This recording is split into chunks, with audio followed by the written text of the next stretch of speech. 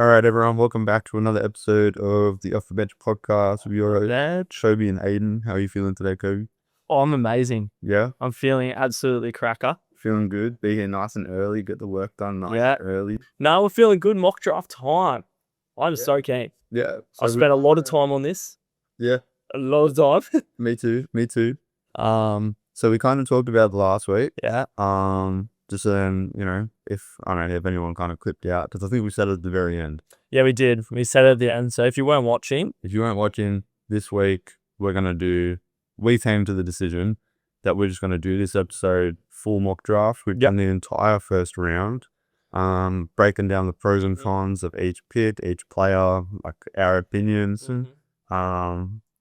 If we have time, we might touch on some of the UFC at the end, because the last week there's been a lot of events. There were a lot of fights, and there's a few announcements since our last episode. But we'll see how we go. Yeah, most of this episode at least will be a mock draft. It's dedicated to the mock draft. 30 picks. It could take us a whole hour. We don't actually know yet. Yeah.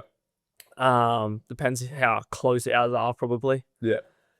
But yeah, no, I'm very keen. Spent a lot of time on this. It got really hard at times doing it. There was a few easy ones and a few where I found around that 10 to 20 mark, in between 10 and 20, was hard for me. I had a few because that were different. Like looking at different mock drafts. Yeah. And they're like, oh yeah, this because of fit. And then I'm like, yeah, but I want this guy. All of a sudden, down the list would change. Yeah. The next 2 picks were affected. The pick after that, all of a sudden I was having to get guys from 5 picks behind. Yeah, exactly. And I'm looking at them going, damn, like these, like I'm now struggling to find players. Yeah. But it was good. Yeah, it was quite hard. But see how we go. I don't know how close ours will be. I'm interested. I think we'll have the top 5 to 6 the same. I reckon that there'll be a few that we have that'll be. I think a lot of the top will be the same. So how are we going to structure this one? Oh, you going to say yours? I'm going to say my pick. Yeah. Let's run it that way. Okay. I want to spend. Like, I know you have as well. We've written the pros and cons of what we think for each pick. So I don't want to just be like, all right, pick 1, pick 2, pick 3. Yeah, no. Like, let's break it down. Yeah, I want to get into each pick, talk about why we think they'll select them. Because otherwise, the people watching you might not actually know why they're getting selected. Yeah, exactly. So we're going to break it down to each other, but then, so everyone can kind of get them just in a bit more as well. Like, the draft is less than a month away. So... Yeah, so all right, let's get started. Mock draft time for the Off the Bench podcast. So pick 1. Pick number 1 went to the Dallas Mavericks. I'm assuming we both have Cooper Flag. Yeah, I had Cooper Flag. I think he's the obvious prospect. He's a good all-round prospect. Yeah. Best pick of the draft. Yeah. Not much else to say with it. It gives the Mavericks a lot of options. Yeah. If they wanted to trade, if they want to keep him and let him grow into a good player. Yeah. With Kyrie and AD, which I think would actually be a really good fit. Yeah. I love that fit. You've already got the bigs at there, you got your Washington, you got AD, then you've got Kyrie and the guards. So maybe having a good wing would be really good for him. Yeah. So I like the pick. Yeah. I mean, even just outside of the players, the whole reason Luka got traded is because Nico wanted a team full of defense. Yeah. Right? And Cooper Flag is probably the best defensive player off the bat in this draft. Early on, yeah. That's not like an out-and-out defender. Yeah. Yeah, I would agree, yeah. He's a guy that plays on both sides of the ball type of guy. Yeah. He's an excellent defender who can guard multiple positions. I think you can play him at a few different spots in the NBA as well. You could have him at 4. I could even see a world where you have him at the 2 because he has that scoring ability if you wanted a bigger lineup. Yeah, I would say nowadays more likely he'd play 3-4. I think when more likely to see a small ball lineup than a big ball lineup. But he also has that ability to handle the ball, where I could see him in a 2 if they wanted to play big or if they were versing a big team. Yeah. Like a Minnesota. I would say more so not him playing shooting guard. I could see him more being in that point guard position. How they can just jump from the point to hold the ball. Yeah. More like that, yeah. But I think, good wing, fits well with Dallas. I want Dallas to take the pick. I hope they do. I don't think they should trade it. I don't like it if they did. No. especially with like 2 stars now who are injury prone, because like Kyrie with his ACL, we don't know what he'll look like coming back, but he could be injury prone. AD obviously injury prone. Like, you're not playing to win right now with that team without another guy to grow around them. Yeah. So I would like to see him grow a player like Coop Flag. Something else that I really like, just again, this is the easy pick, but another thing is you've got AD and Kyrie for this 2-3 year window. Yep. Flag gives them a future beyond that, right? And it gives them like a block beyond that. So it's like a safety net almost as well. Yeah. The only thing I didn't like so much about this pick is that he's kind of getting rushed into a win now scenario, and how is he going to look? He won't be allowed to have all those growing pains as such. Yeah. He doesn't get the development time. Like a typical number one goes to the bad franchises or a team that's just had a bad couple of years and he can grow. Yeah. Exactly. He doesn't get that kind of time to make the mistakes and learn through them. He's kind of rushed into a spot where you have to be like this, you have to do this so we can succeed. But that could go either way as well. That could be really good for it. Could be. I wrote in brackets, I was like, this is the only somewhat negative aspect I could think of, because it could also be a good thing, right? Like, it could just force him to be a lot better. It could force him to be a lot more mature. Exactly. But so it could go either way. That was the only downside I could think of for that fit. But in saying that, like, you've had guys, I know he wasn't a top pick, but like Kobe Bryant come into a winning situation. Yeah. Yeah, he was a 13th pick, but he still came into a winning situation. You saw how it helped him. Yeah. He had his growing pains in front of everybody, but it helped him in the long run. Yeah. So it could go either way, but for a number 1 pick, that could be different. 100%. But moving on, number 2 pick went to the San Antonio Spurs. I think, again, easy pick. Yeah, both at Dylan Harper. Dylan Harper, yeah, Lewis. Point guard. I think he'd be a great trade piece if they are looking to get Giannis. 100%. He's a good all-round combo guard. Yeah. Yeah, I like him. I think he was a great prospect. All those type of things. Good scorer. Not much else on him. Like, he was just a consensus pick. Yeah. The only con I had was if the Spurs chose to keep this pick and take him, could be a tough fit. You just trade it for De'Aaron Fox.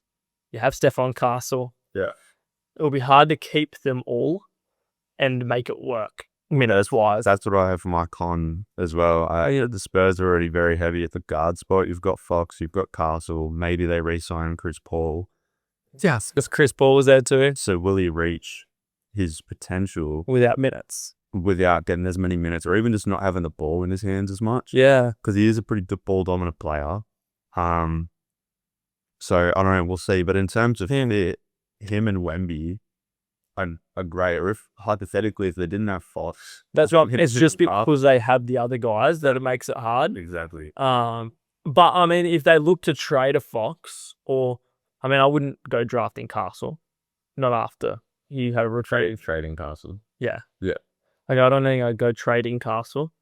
But if you went to trade Fox to get another guy, like maybe a defensive threat, something like that, I would like to fit. It's just with Fox and Castle there, maybe Chris Paul, it makes it quite hard for him to get the minutes that he wants. Yeah.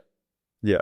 But as a player, he doesn't really have a whole lot of negative. No, he's good. You know, I mean, like he's a pretty well-rounded guard. Good player. But yeah, not much for Dylan Harper. Go move on to number 3 pick. This time it is Philadelphia 76ers. Again, thought it was an easy pick. Thought it was easy. I had Ace Bailey. Ace Bailey, yeah. Small forward. I think he'll go there starts off the bat, to be honest. He could, yeah. I would be very, like, if he's the pick, I could see a world where he starts straight away. Yeah. Tough shot maker, bring the energy. Very solid wing defender to a team that needs it, really. Yeah. I just wrote great fit with Maxi McCain for the future. Yeah. Or even if Paul George is a healthy season, like he's a good wing. And I also said he could be a good trade piece with a guy like Paul George. Yeah. If you put him with Paul George, all of a sudden that trade looks really good. Yeah. If they chose to do that. The only con for Ace for me was if they look to keep him, it would be hard for them to say they have a win now mindset with Embiid's career clock ticking. Yeah. Because you've got to let the guy grow into it, and you've got McCain. And Max is still young. Yeah. So you got 3 younger guys if they choose to keep him. So it's hard to be like, yeah, we're going to win now with Embiid. Yeah. My my con Yeah, was just that he can be pretty streaky at times in terms of his like scoring ability because he's a tough shot taker. Yeah. Okay. And he also has Same. he has a pretty slim frame. So we'll see how he goes against bigger NBA bodies, especially if he's going to be playing the 4. Yeah, but also like going into the weight room in an NBA context, he'll probably end up getting bigger. He could, but we'll see how long that takes Like, to develop. yeah. We'll see. But number 4 pick, we'll go to Charlotte Hornets. I had VJ Edcombe for this. VJ Edgecombe for this one. I don't really see a whole lot of negatives for this. I just said he would be an amazing fit. Yeah. It's just what I mean. Look, the Hornets need so much. They need heaps. But with Brendan Miller, LaMelo Ball, it could fit vastly. Yeah. I mean, he's a really good two-way player, off-ball scorer. Yeah. I like really well. Could shoot the free. And I think with LaMelo, you need an off-ball. Player, so it was a really good fit. I really like the trio of him, LaMelo, and Brendan Miller. Yeah. I think if you're going to keep the 3, that's a good start. It's a good 3 to have. Yeah. Yeah, so now we're going to move on to pick number 5, the Utah Jazz. Yep. This is where I reckon we might change a little bit. Who did you have for this one? Jeremiah Fears. Okay. At the point guard position. Okay. All right, run me through, and then I'll go through mine, because I did have someone else. Okay. All right. So I said Jazz need a star player. Yep. And he could be an all-round scorer, which is what they need. I think they have a little bit of lacking at that point guard position, the Jazz. So I think they need a guy there who can be a star with Lauri Markkanen. And then for the cons, I did say they have selected a point guard in the last 3 drafts, if they choose to select him with 3 in a row. Yeah. So last 2, I should say. And neither have done much, and they haven't developed them. Yeah. And he was also one of the youngest college players. So that's more of not a Jeremiah Fears problem. That's it. Does Utah know how to develop? Yeah. So that was my only problem. That they drafted 2 point guards in the last 2 drafts, and they haven't developed them. Yeah. That was my only con. That was more of a Utah con, but I had Jeremiah Fears. I think is what they need. All right. Look, for my pick, I had Colin Murray Boyles. Colin Murray Boyles. He jumped up a bit for me. I was about to say, I'm not going to tell you where he is, but he is not as high as 5. No, so he jumped up a bit for me. He's a more experienced forward prospect. And I think for such a young Utah team, they maybe need a little bit more experience. The last couple of drafts have taken some guys who are more projects instead of like polished players. So I think drafting someone who just knows what they do will kind of, give them... Look, I don't mind that pick. The only thing is, like, playing with Lauri, would you play him at the same time? Would you play him as off the bench? 100% I reckon you can. Larry's an off-ball scorer, right? Like, yes, he can score with the ball, but he's an off-ball guy. Murray Boyles is more of that lockdown defender type of guy. 100%. And what's the Utah lacking, bro? Defense. Yeah, all the heck and all. I understand why you give Jeremiah, but I didn't see them picking another guard because they have George, because they have Collier, because they have Sexton. Yeah, I thought he'd be a nice fit with Sexton, and I mean that's more of a Jazz problem. Yeah. Than a Jeremiah Fears. We don't want to pick you type of problem. Yeah. But I can see both ways. Yeah, I don't mind that pick from you though. He wasn't even on my board for that pick. I had him on the board for maybe 2 picks after, but I didn't end up taking him. Yeah. I like the idea of him on that Utah roster. Yeah. I think it could fit quite well. With Utah, I reckon you could have gone like 4 ways. I reckon Utah has options. They have so many options to draft. Well, they have Markkanen. They've got guards. That's kind of it. Like everything else is kind of... And even them, like their guards aren't great. Like Sexton's good, but that's it. Really. Sexton's good, but he's probably going to get traded. George has been a bit underwhelming last season. So I mean, like the ones they've taken recently haven't been that good. Yeah. But we'll see what happens there. But yes, I did have Jeremiah Fears. It's our first change. Okay. Pick 6. Washington Wizards. Who'd you have? I'll let you go first. I had... Oh God, I still don't know how to say this guy's name. Kasparsis Jackie Jonas. Okay. Is that how you say it? Yeah, again, you went somewhere different than me. Yep. So this one. Don't tell me. You walk through me this time. This one. All right. So, Mm. what does Washington have? They've got Poole, Mm-hmm. they've got Saar, and they got Bilal. Mm. All right. This guy gives them a high upside guards. He's an excellent playmaker. It was smart like you. Yep. He doesn't need to score to be effective. Mm-hmm. When you look at everyone else in that roster, especially Jordan Poole, doesn't have a whole lot of playmaking. Yeah. So this gives him a playmaker. And before the college season, he was consensus top 5. Had a bit of a down college year, so he's dropped a bit. Mm. But I don't think that changes his value in terms of playmaking. Yeah. There's been guys who have struggled in college, then they go back to the pros, and they just fit better. Mm. There's some guys It's a different game. exactly. It is a Some whole guys that game. aren't made for college. I think he's one of those guys. Yeah. I think he can be an excellent playmaker for Washington. The only thing he lacks is shot creation, and he's not very explosive. He's not the best athlete. Yeah. But I had Trey Johnson. Mm-hmm.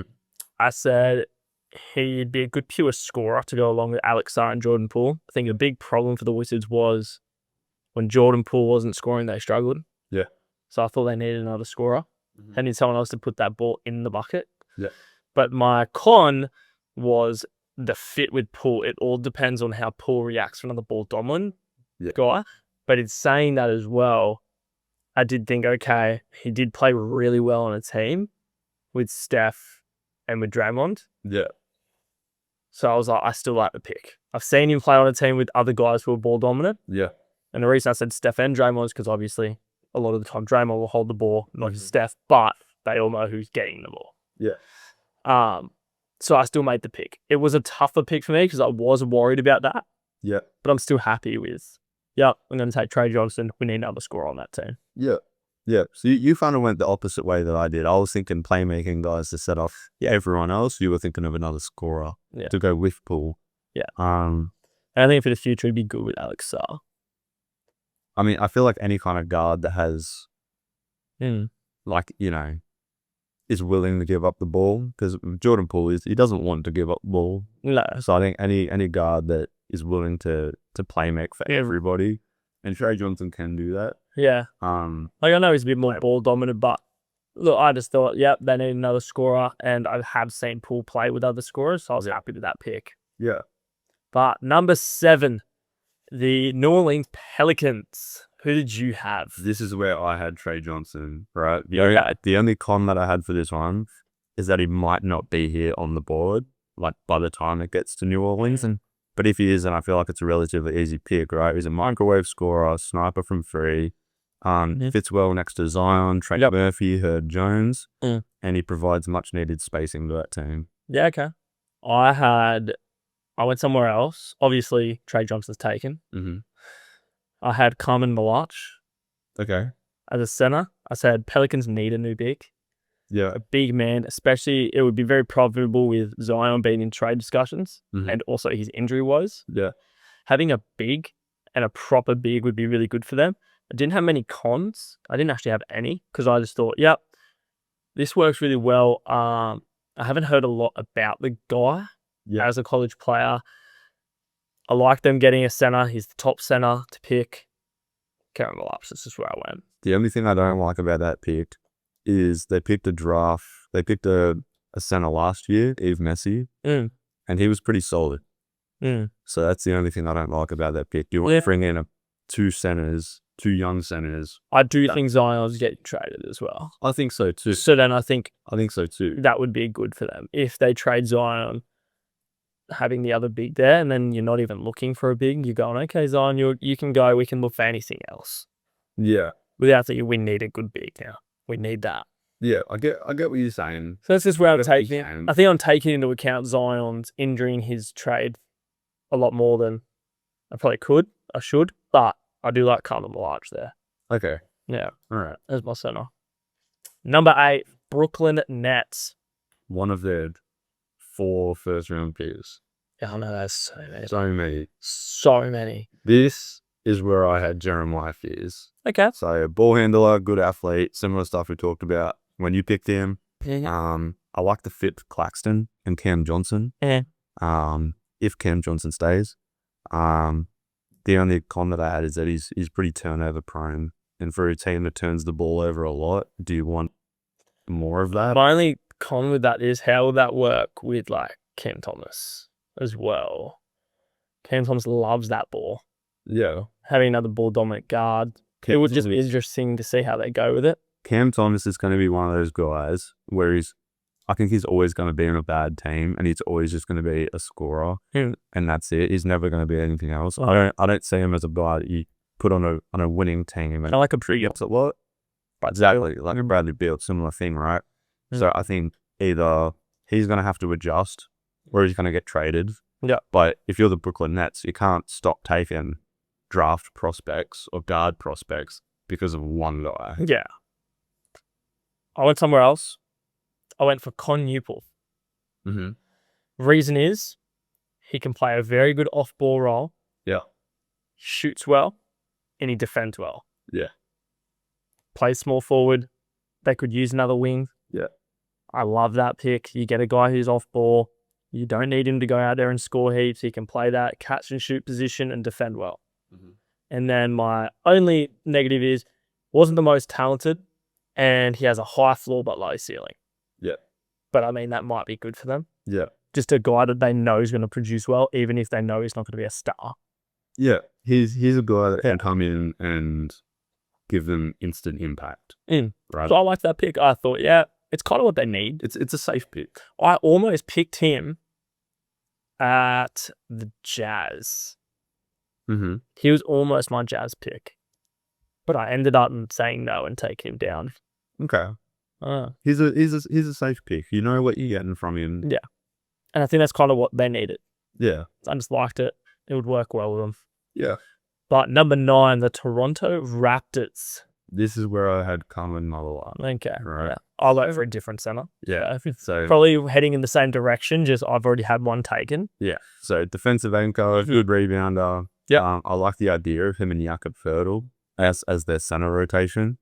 He has room to grow and the ability to stretch the floor.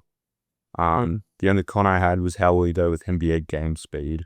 Because he's a bit on the slower side. Yeah. I said Derek Queen. Yep. As my center. Yep. I said, look, they need another big.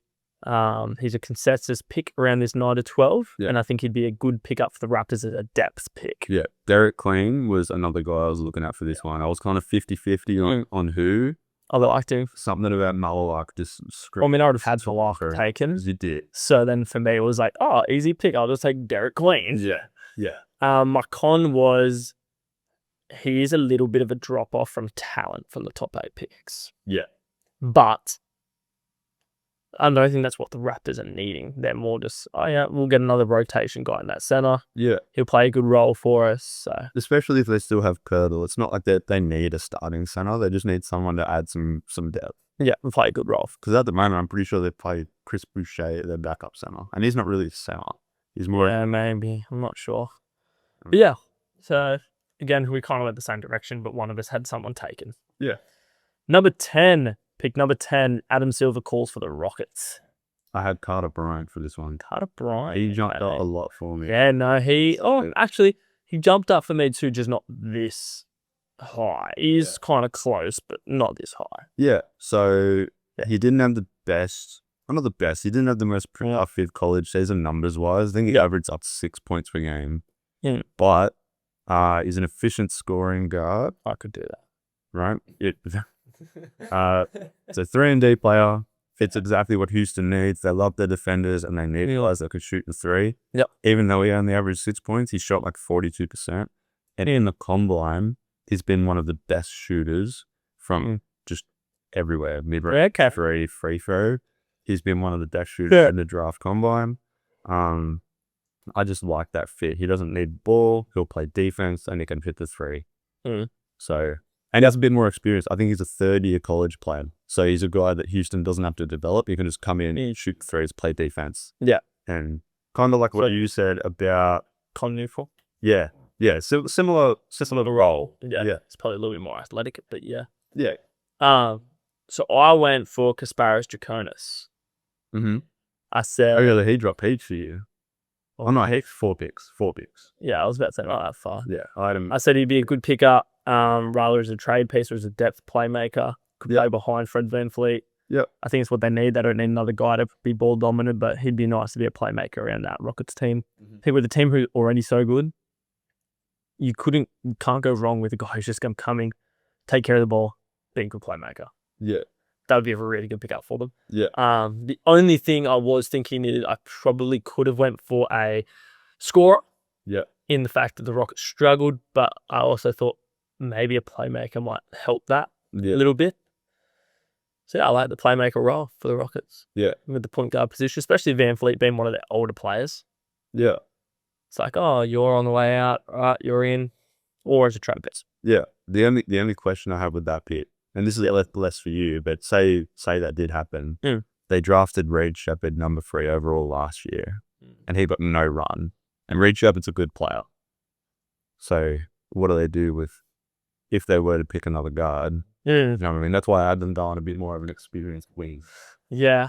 I don't know with the Rockets. I didn't think they needed a lot in their team from what they could get here as well. Like, I just liked the pick up. You get a good playmaking point guard. And I was like, okay, out of what's left on the board, I'm going to take that for them. Yeah. That would be their best pickup. Yeah. But number 11, the Portland Trailblazers. I had Jace Richardson here. Okay. I don't have him for a little while. So here's a bit. My con is that he's undersized. Yep. And I think this pick relies on what Portland does with their guard rotation because they're so heavy on guards at the moment. But similar to Utah, some of them haven't looked that great. Like you've got Simons, who I think they should trade. You've got Scoot, who's been very underwhelming. You've got Shaden Sharp, who's always good. So I think this depends, and I feel there's someone I'm missing. But this feel like I know what you mean. Yeah, they have guards, but they're not great guards. But he's a good scorer, can playmate, and I think he fits in well with those guards, depending on what they do. Say they trade Simons. Yep, I think he fits really well with Scoot. Right, because he's an efficient scorer and he's a good playmaker. Whereas Scoot, he hasn't looked great. No, look, Scoot was good in his rookie year, and he's kind of not been great since. That hasn't developed as much as you'd hope. Always somewhere different. You've already taken him off your board. Colin Murray-Boyles. Yeah. I said they'd love a guy at that power forward position to be a lockdown defender. The only problem is he's only 6'6", and he doesn't shoot well, so he might not stretch the floor enough. Yeah. But I like him as a pick. Good defender for them. Again, I did see they had a lot of guards, so I didn't think they'd go there again. Yeah. I thought maybe they'd give him another year. And yeah, I went for Colin Murray-Boyles to play that power forward position. You've obviously already had him taken. Yeah. So I had him available and I went for it. Yeah. Pick 12. Chicago Bulls. You go. I had this is where I had Con Newport. Yep. Don't mind that. I mean, similar thing to what you said. Efficient scorer, good shooter, good defender. Does what he does. I really liked his fit alongside Josh Giddey and Kobe White as an off-ball option. Yeah. Yeah, I don't mind. We've already talked a bit about him, so I don't know. I'll just be saying this. I went for Joan Baringer. Okay. At the center, I said he'd be good as a help defender, and he's a good rim protector as well. And that's what he's trained at college. And he was good in the pick and roll. Yeah. And so I think I like him as a Bulls player. Yeah. They didn't need any guards. They didn't need any guards. So I went big. Again, there wasn't much to go off here. Yeah. I could have went for like a Carter Bryant, but I decided to stay big. Yeah. Again, there's not really much to talk about with this pick. I don't know. No, just there's a few picks around here that there's not that much to really say about. It was like, there you go, there's pick. Yeah, no, I mean, there's a few guys from that 10 to 20 range where it's kind of like you know what you're getting. Yeah. And the team's needs are like fairly obvious. Like everyone knows Chicago, they've got their guard duo. They've got Lonzo and Trey Jones up the bench as well. Last thing they needed was guard. Yeah. So then an off-ball wing. Yeah. A decent defender, and they need a big man. So I just went big man. Yeah. Number 13, the Atlanta Hawks. This is where I took Derek Queen. Okay. So I like the idea of him alongside Trae Young. Mm-hmm. He's a big body for Atlanta at the moment. Yep. They're playing Onyeka Okongwu, who's pretty undersized for the 5. Capella is a free agent. Mm-hmm. So I like the idea of getting like a That's big my body back in there straight away. Yeah. He has great hands as well, so I think he's just going to get heaps of easy looks. Then my only con to this one was that he may not be here at this pick. Yeah. But if he is, I think it's a great fit for both sides. For me, I had Carter Bryant. Yeah. I said they would be looking to have a forward filling a role as 2-way contributor, be able to score a little bit. I said my only con will be they will be upset if Capella signs elsewhere. Yeah. Because they could have taken a center. Yeah. So I could see them taking a center. Yeah. But as well, I've already had 3 centers, my 3 or 4 big centers taken off the board. Yeah. So I Carter Bryant, played small forward or the power forward, depending how they want to play. Mm-hmm. But yeah, my con would be if Capella leaves, it's shit. Yeah. Yeah. And now what do? We had a small big man in a Congo, and that's about it, really. Yeah. They will need a sign. I mean, sticking with Carter Bryant before we move on to the next one. I think he's a safe pick for so many teams, right? Like he can essentially get picked wherever, and he's slowly moving up these draft boards. I think because he's a safe pick. And it's like because people are like, you know what? A lot of these, like looking at these teams at the top, a lot of them don't need a streaky guy. No. They're like, just give me a consistent player. Maybe they're a team that's already pretty good. Yeah. Or they're a team that's not great, but they have a streaky guy already on their team, whether that be the Nets or not LaMelo as much anymore, but the Hornets, something like that. Yeah.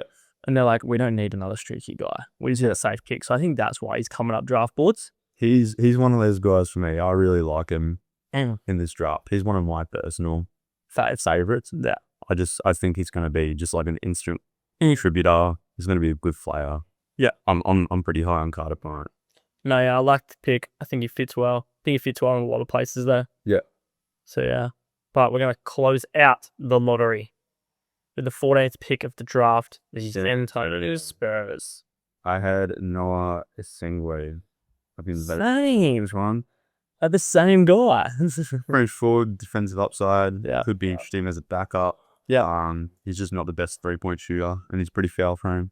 But he's a bit like, I mean, when you have the number 2 pick, I've said he could be a good trade piece as well. That's another pro. When you're looking at 14, if they decide to keep them, you've got your guy at number 2. So number 14 is someone where I reckon they would take a bit more of a swing on, just see how they go. So that's why I had Noah in this one. I had the same guy. Yeah. Same reason. Same reason. Yeah. You took all of my pros and cons. All right. Moving on then, because that was really quick. Yeah. We'll go to the worst team in the league, Oklahoma City Thunder. All right.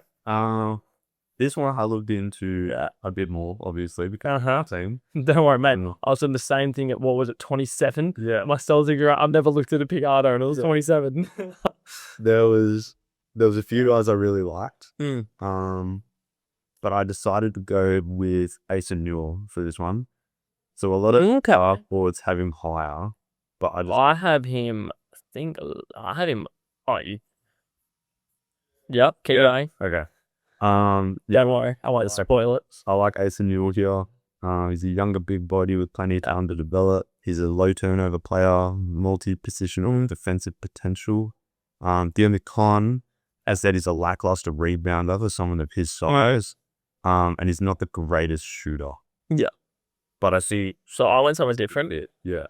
I went Igor Demon. Okay. Point guard, shooting guard to another guard. Said, you guys are probably going to take the best player available type of method. Yeah. When you're already a good wing team like that. Could be used in a trade, or is a good big guard. Yeah. And then my con was actually, I said the Thunder don't need much, so he might struggle for minutes. Yeah.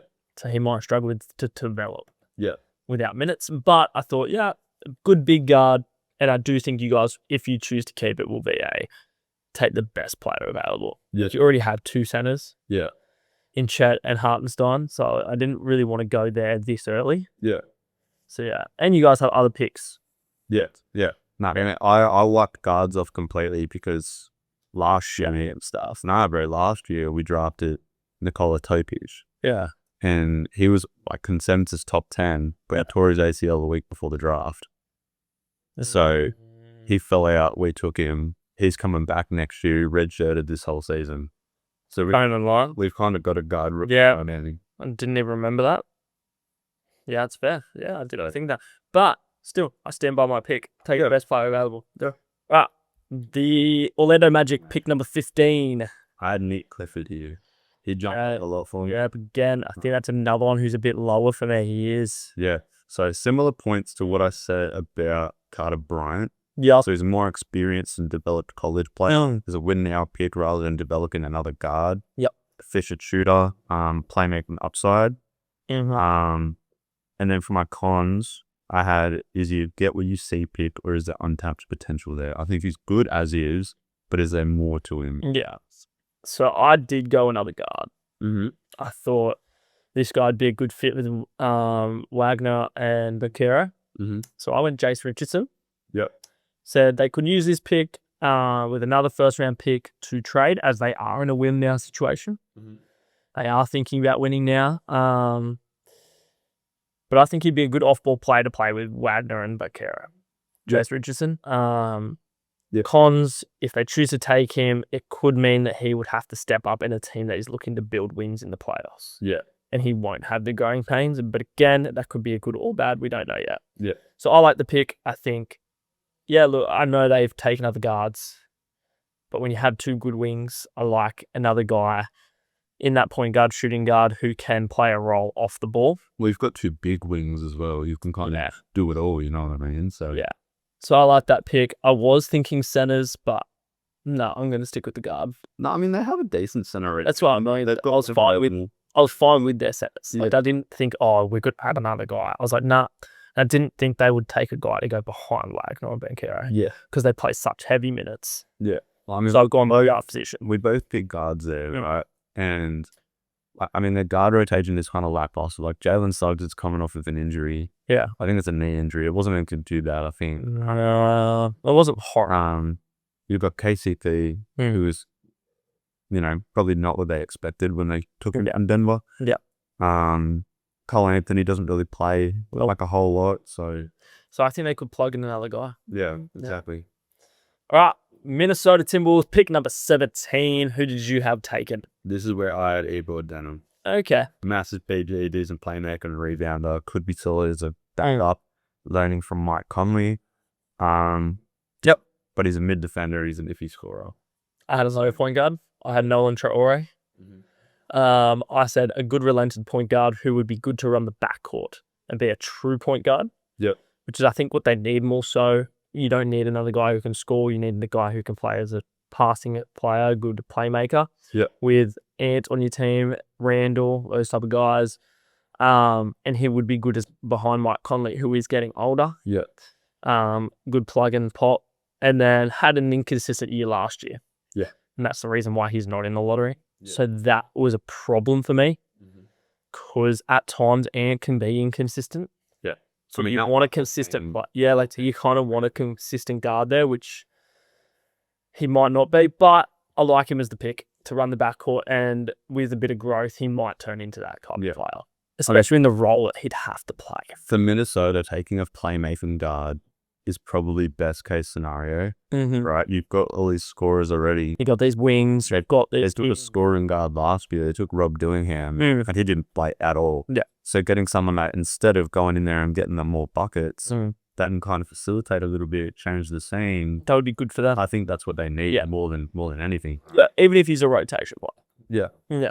Yeah. No, I like that bit. I like mine as well, obviously. But if you like mine more, they don't. Well, I had him high. Yeah, that's true. Whereas I had Igor higher. Yeah. So, but I like both of them. Yeah. Right. I think, if Minnesota goes a playmaking guard, then I think they've gone the right way. Yeah. Yeah, I agree. And it's like, we both had that, just in different players. Yeah. All right. Number 18, the Washington Wizards with Liam McNeely. Yeah, this is what I had. This is what I had. Yeah. I wasn't meant to read it out like that, but it's how I read it out. So Liam McNeely is my pick. Thank God you had the same one. Yes. I said it used to be a lottery candidate, had an ankle injury last year, meaning he has the talent and would work as another depth piece for the Wizards. The only con would be he's not a great 3-point shooter or doesn't have that much athleticism. Yeah. Yeah. I think he might have been the one I was talking about. Who was the 29%? I think it was him. I think so. I think it was him. I can bring it up. I've got it on my. I've got my side tab just in case. I've got one here. Let's say. Liam McNeely shot from 3, 31.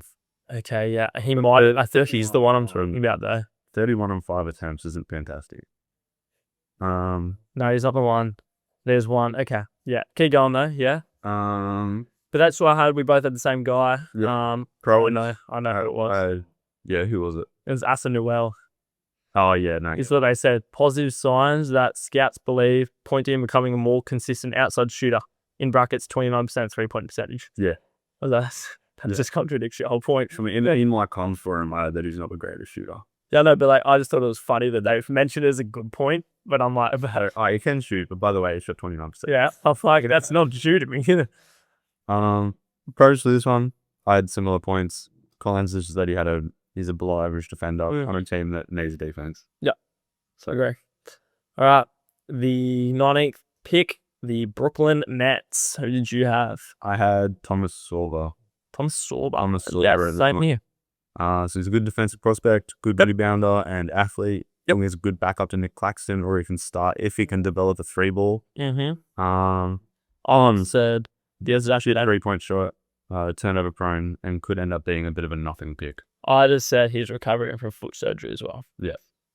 Other than that, yes. Similar points? Yes. Similar points. I could see him getting picked, maybe not even at Brooklyn, but just regardless, and kind of turning out to just be nothing.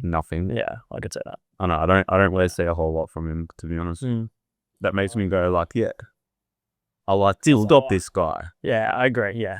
Like, even in one aspect, like there's some guys that, and better on here where it's like, all right, they might not be the best all round, but they can do this really well. Yeah. He's a guy where I'm like, all right, he does everything all right. But he's not like, oh, this guy's amazing. Yeah, it's like, oh my God. Like the other two bigs, they have something Muller-like. This guy can rebound. Yeah. This guy can be a defensive anchor. Yeah. I don't really see anything like that from Sorba. Nah. Yeah, I can see your point there. I just took him there still. I think he could be a safe pick though, as well. If he turns out to be good at everything at the NBA level, it's like, oh, that's a safe pick. Yeah. Number 20, the Miami Heat. This is where I have Nolan Traore. Okay. I went somewhere else. Go, tell me your points. Young experimental development player for Miami. He's a good assist to turnover ratio. Yep. Can provide playmaking for a team full of scorers. Collins, bad defender. He needs to develop a jump shot if he wants to stay in Miami's consistent rotation. Yeah. I said Danny Wolf, power forward. Mm-hmm. I said he'd be a good addition behind Kevin Love and Bam Adebayo, especially with Kevin Love getting a bit older. Yeah. Add a little bit of interior size as well as floor spacing. Yep. I didn't have many cons for him. I thought he was a really good pick. No, I think at this range, I had him on my next pick. So I think around this range, Danny Wolf is a pretty safe pick. Yeah, I really whacked him. And as well with cons, like I reckon I would have had cons if he was a top 15 pick. Yeah. But the fact that he's a 20th pick, I'm like, for a 20th pick, he's pretty safe. Yeah. Pretty good. Yeah. Yeah. Number 21, the Utah Jazz with another pick in this first round. This is where I had Danny Wolf. Okay. Yep. Similar pros to what you said. The only con that I had is poor efficiency for a big man. You don't really, you want your big man to have you shot like 40%, and you want your big man you want your big man to shoot better than 40%. Do it better than Adriel Reese. I saw timeout. They always got me this right. There was this account on Twitter. Yeah. And there was the Indiana Fever. And they posted one of those clips of Angel Reese saying like nothing but net, and it was just her missing shots. And I thought she's so bad, bro. I thought it was the real account, and then I tapped on it and it said parody. I'm like, it's so funny that was it. She's so bad, man. I don't care what anyone says. She's horrible. I've been saying, have you been saying all the comparisons of it's like her and Caitlin Clark, and it's like if Steph Curry had beef with Andre Drummond. Dead set. It's like not even. It's pain, bro. She's horrible, man. And that foul. She only gets rebounds because she misses. I mean, because like she hits the rim and catches it. Yeah. Like obviously you got to go. I would get rebounds doing that. Yeah. Like It's so funny. She's so arrogant It's too. very funny. Oh. She thinks that she's like So tall. She's just not. yeah. No, she's just not. Don't get me wrong, I like the drama she brings. Mm. Right? Like I enjoy watching her have a one-sided beef with She's not even the one that has the beef with Kate. Like, Caitlin Clark doesn't care. She does not give a shit. Caitlin Clark just fouls her. Yep, you're not getting that shot off. We're going to send you to the line, and just walks away. She's like, I'm not even going to. He told me, bro, that foul was not dirty at all. Oh, she's going off like she's whacked her across the head. I was like, that's not even a flagrant in the NBA. That's just that's a foul. Yeah. That was dead set to go to the free throw line. Yeah. That's an I don't trust you to shoot. And she airballed. Yeah. Attack. Yeah. That's all right. We don't want you to take a pick on layup, which you probably miss anyway. So let's send. But you're probably going to rebound, so I'm just going to foul. Yeah. Wasn't even dirty. No. But anyway, back. Timeout over. yeah. Number 21, I had Will Riley, shooting guard, small forward. I said to be a good amount of size for a wing player. Yeah. Could play from a perimeter standpoint with good offensive capabilities. Con will need patience with him as he needs to mature both body-wise and skill set-wise. Yep. That's my cons. Moving on to the Atlanta Hawks, I had Hugo Gonzalez. It wasn't even. You didn't pick him at all? No, I didn't pick him at all. Really? Yeah. Okay. I said he'd be a good two-way impact and has a good basketball IQ. Cons, don't know where the front office is going. Yeah, that's fair. And That's fair. he went 29% from 3 last year, so meaning he could be a spacing problem. Yeah. But I thought even more to shoot with 3. Yeah, but I also thought, you already got the 3-point shooters on that team as well, so he might be a bit better with that. But yeah, that was my pick. Who did you have? I had Rasheed Fleming. Okay. Good rebounder and shooter, projects to be a good defender and has the physical tools for it. Yeah. And same thing as what I said about Derek Queen. Yeah. He easily looks next to Trey. Yeah. My cons, he doesn't have the greatest verticality or athleticism for a 6'9" wing. Yeah. And can he play with the other forwards on the roster? Like they took Rizache last year. They got Johnson coming back from injury.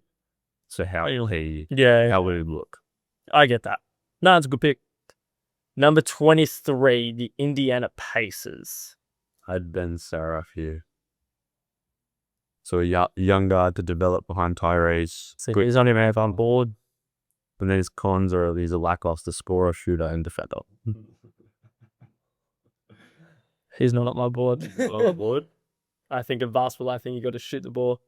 No, Or you've got to score it at least. Or if you can't do those, be a lockdown defender. he's a good playmaker, and I believe TJ McConnell is a free agent. Okay. So I could see him being I went somewhere else. I went Nick Clifford. Yeah. Oh. Shot 38% for 3 in the last year. Mm-hmm. And has good versatility, would be a good bench role player. Only con Pacers are in a win now mode, meaning again, there's not a lot of room for the rookie to mature, especially a 23rd pick to mature. Yeah. Number 24. I think you had Nick a bit lower. I had him. Yes, you had him higher than me. Yeah. Yeah.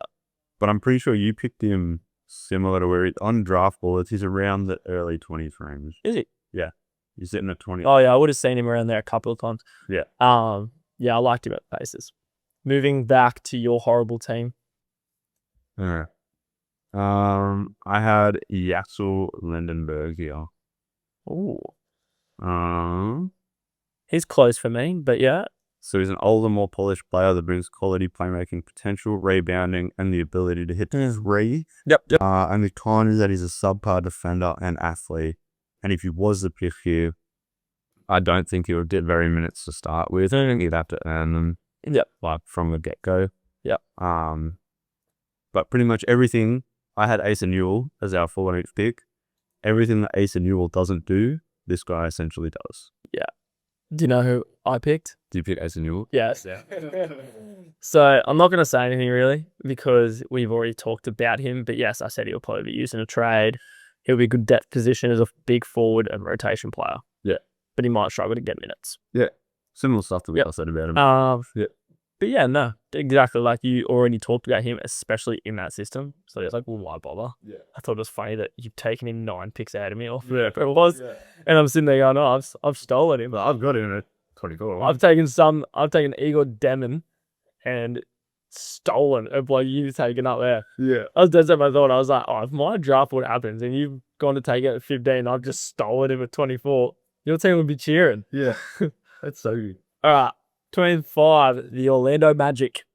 I had Joan Berenger here. Okay. So I think you had him a bit high. You had him in the teens, didn't you? I had him, Joan Berenger, 12. 12. I am yellow the Bulls. Yeah, young Vic that can score and defend. Yep. But he can't shoot. He's a poor rebounder. Yeah. So I had Maxime Reynaud. Yeah. Again, I don't think they'll keep pick.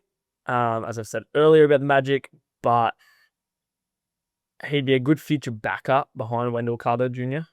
And he'll be able to stretch the floor 7 foot big, which is extremely valuable, especially nowadays. Yeah. A big that can stretch the floor. 100%. And then I said as a con, he held his own defensively at the combine. This is what all the reports said. Held his own. Yeah. But that's only at the combine. Yeah. So he might struggle at the NBA level if he's only held his own at combine. Yeah, you'll have to see how he goes, right? Because even like at the combine, you're still essentially playing against college players. That's what I'm saying. Like, yeah, but especially you're not playing against the good ones. Like the top 10 picks don't usually play at the combine very often. No, not usually. So then you get like sometimes. Probably best case, you get like the early teams. You want to try and jump into that top 10, but very rarely, bro, you see the. So then again, it's like, well, that's a big. You only held your own. Yeah. It's like, all right, you held your own, but you were kind of playing these guys last year as well. Yeah. Yeah. So moving on, we have the Nets as both 26, 27. I'm thinking you name both your picks, talk about both your picks. I name both mine. I take both mine. Yeah. Just makes it easier. Yeah. Go. I had Will Riley at 26, and I had LeBron Fillon at 27. Mm-hmm. So for Will, similar to what you said before, ball secure win, more versatility at win position. Yep. And for LeBron, I have that he has physical tools to be a good guard defender. Mm-hmm. He can do a little bit of everything. Yeah. I think he would get pretty decent minutes to start off with. But he's not the best scorer, and he struggles from 3. Yeah. I think Brooklyn is kind of safe in this draft, right? They've got 4 picks. I don't think they'll keep them all. I think these 2 may be goners, or maybe they'll keep one of these and trade another one with this one. Yeah, no, I don't think they'll keep them all either, but hypothetically, if they do, even if they keep 2 of them, they've got room to kind of pick different sides. Yeah, true. So I went Rasheed Fleming. Good size, effective score for a role/rotation player. And also think that you don't keep the pick, so he might be a trade piece. But then I did say he's more of a development pick, as he needs to improve his ball skills and his IQ. And then I also had Yaxel Lendenborg, power forward center. He had a really productive season last year, and he's a really talented player. Yeah. He just needs to develop as a shooter, as he struggles shooting the ball, so spacing could be a problem. And he also might stay in college next year. That's all. Oh, he got a really good NIL deal, so he hasn't decided. That makes it interesting, hey? Like, he hasn't decided just for him, but just like in general. Yeah. So he hasn't decided. He got a really good NIL deal, and he hasn't decided if he's staying or not. So that was not a con, because I don't actually know if he's going to stay. Yeah. Yeah. Thought it was interesting when I saw it. I was like, oh. Let's take another little time out, right? What's your thoughts on the whole NIL thing, right? Not that in general, but if you were Yaxel, you have the opportunity to go back to college. Yeah. Or even just like, future player. On him? You have the opportunity to go back to college, make some money, maybe raise your draft stock, but also, you could also have a down year. I think. Or like he's a first round pick. It depends on how you think about yourself. Does he think he's going to get, like, he had a productive season last year? He had a good year. And this is as high as he's gotten. So it depends on whether he thinks he's going to have a better year and he's going to go higher. Yeah. Could work both ways. I believe if it was me, it depends on the money of the NIL deal. If the NIL deal was worth more than my NBA contract, I'd probably take it. Yeah. Because I'd be like, you know what? Let's just get the money. Trust that I'm going to have a good year, really work hard, and hopefully I go up. Only if turns out was that he's a bit older, so when he comes back next year, he will be in his 24. Yeah. So I don't know. I don't know what I'd do. Yeah. It'd be a hard position, but I'm not in that position, so I'm a bit lucky there. Yeah. Yeah. It would just depend on the money, what I think about myself, how confident I am, and what the scouts and stuff are actually telling me as well. Yeah. No, fair enough. But we're back. Number 28. the Boston Celtics. I've thought about this pick. I have Cam Jones. He's not on my board. I like Cam Jones for you guys. Okay. Yeah, he's an older guard who can give Boston playmaking, scoring, and defense off the bench. Gets good ball security, makes the right plays. But I think his minutes depend on what sort of moves Boston do. Do you keep Drew? Do you keep White? That's a big one for me. Kind of going from there. But I think if you keep them, he's a good pick. And also if you get rid of him, I still think he's a good pick. I think he's a pick for Boston regardless. I went somewhere else. I went Ryan Kalbrenner. Yeah. Center. I said with Horford retiring soon, if not now, Kristaps barely playing and probably being the first one traded out of the big three. I believe taking a center now would be massive, as we need to develop a guy who is big, has a good defensive presence, and can shoot the 3-point shot, which really fits our system. Yeah. I think here's one we would be looking to take, because he just described the Celtic system. Yeah. Defends well, shoots the three. Great. He's a bit older as well. Yeah. And I think it would be good if Horford could train him up a little bit if he played another year. Yep. So he's not an overly audacious pick, as he may have a high floor but also a low ceiling. And he does struggle scoring if his 3-point shot isn't great. Like if he's struggling. Yep. But I think a guy with a high floor, low ceiling is good with a team full of stars. Yep. 100%. So we don't need another star. So I like it. I like that bit. Yeah. I like that bit from you. Mate, I told you, I thought about it. There's a paragraph talking about this fight. Yeah, no, that was good. That was a good pick. All right. Phoenix Suns. I had Johnny Broom. Broom's defense, rebounding, and depth to a team that needs it. And he can play well in the pick and roll with Devin Booker. I didn't have Johnny Broom on my board, but I was wondering like a lot. I was like, what? I swear he was a gunning Hollies last year, but the thing is because he's older. Yeah. That he wasn't high on the draft boards. But I had Walter Clayton Jr. Yeah. Said good scorer who can play on and off the ball, which would fit well with the dominant scorers around him, no matter who stays or leaves. Because obviously some are staying, some are leaving. I like that he can play on and off the ball. And he can still score, no matter if he has a ball or not. Yeah. So I like that pick for me. Yeah. Last pick. Clippers. Los Angeles Clippers. This is where I had Walter Clayton Jr. Similar points to you. I think it'll be good to have someone who can handle the ball when Harden is on the bench. Yep. I like his fit on that team. It just depends if he's there or not. Yeah. So me, I went a bit different. Noah Pender. Yep. Small forward, bit of a wing. I said he'd be a good two-way threat who offers a good role player option and someone who can make an impact on both ends. I also said would be a good pick on the wings to fill in when Kawhi is out, but also as just a 6'8" athletic wing. They could benefit for that, especially being with Kawhi, who doesn't need to be made to move more than he has to. Yep. Con, he didn't have the best production last year in France. Yep. So that was me there. And that will wrap up the mock draft. Yeah. Took a lot of effort for me. It took me a while to really look at everyone. It took me a while. I like this stuff. Swap people up, down, move them around. Yeah. I'm glad that we had more of our picks different than the same. Yes. And they're not too different that it's like, what are you doing? It's like outrageous. Yeah. Like they were different enough that it's like, okay, we don't have the same board. It means we can actually have a conversation about different. So I liked that. Yeah. But yeah, no. I liked that. I thought it was good. Looking into it, just real quick, what are your thoughts on this draft? I think it's a good draft. I'm really high on a few of these guys. I think it's a really good draft.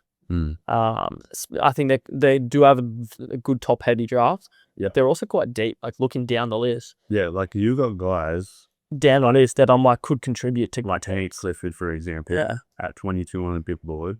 Yeah. He's a guy that could jump up into that. And I'm like, oh, he could contribute. Yeah. And so like I like this draft. I think it's gonna be a good draft. Yeah. In years to come. Yeah.